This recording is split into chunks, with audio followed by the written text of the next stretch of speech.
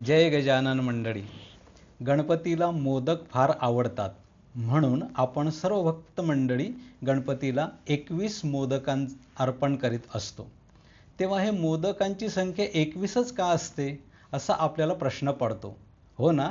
चला तर मग पाहूया त्याचं उत्तर. एक कथा ऐकूया.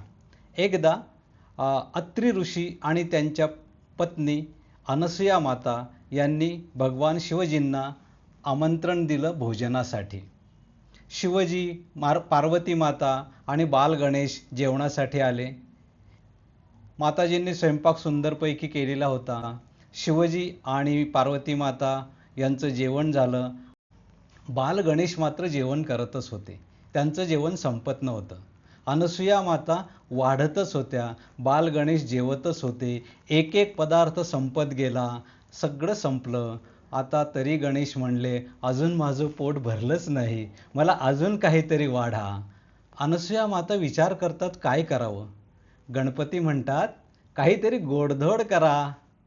माताजी स्वयंपाकगृहात गेल्या आणि त्यांनी सुंदरपैकी मोदक बनवले आणि गणपतीला वाढायला आणले. एक एक मोदक माताजी वाढत होत्या. गणपती सेवन करत होते.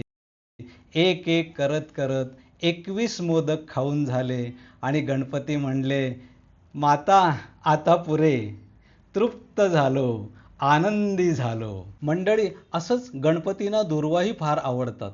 त्याबाबतही एक कथा आहे, ते आपण ऐकूया. अनलासूर नावाचा राक्षसाने देवतांना त्रास दिला आणि त्याच्या मुखातून अग्नी बाहेर पडत असे.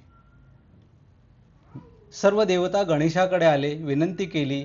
गणेशांनी त्याचा सामना केला. आटोक्यात येत नव्हता आणि म्हणून गणेशांनी त्याला गिळंकृतच केलं आणि त्यामुळे गणपतीच्या पोटात दाह झाला.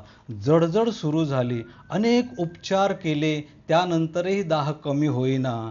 तेव्हा कश्यप ऋषी यांनी गणपतींना 21 दुर्वांच्या जुड्या खायला दिल्या आणि त्यामुळे गणेशाच्या पोटातील आग शांत झाली. तेव्हापासून गणेशाला दुर्वा प्रिय झाली.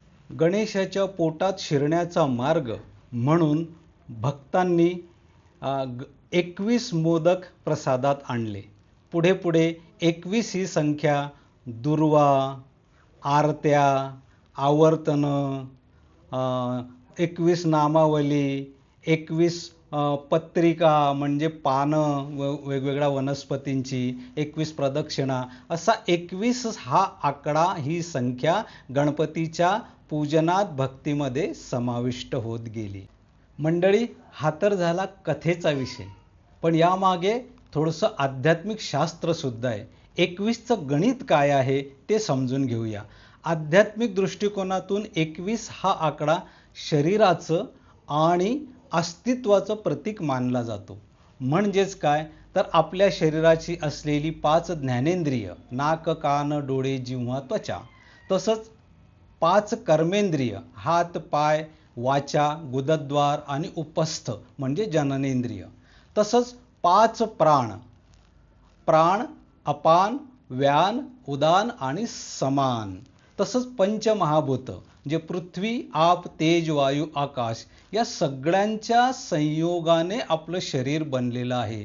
आणि अशी ही 20 संख्या झाली. 21वावं त्यामध्ये मन.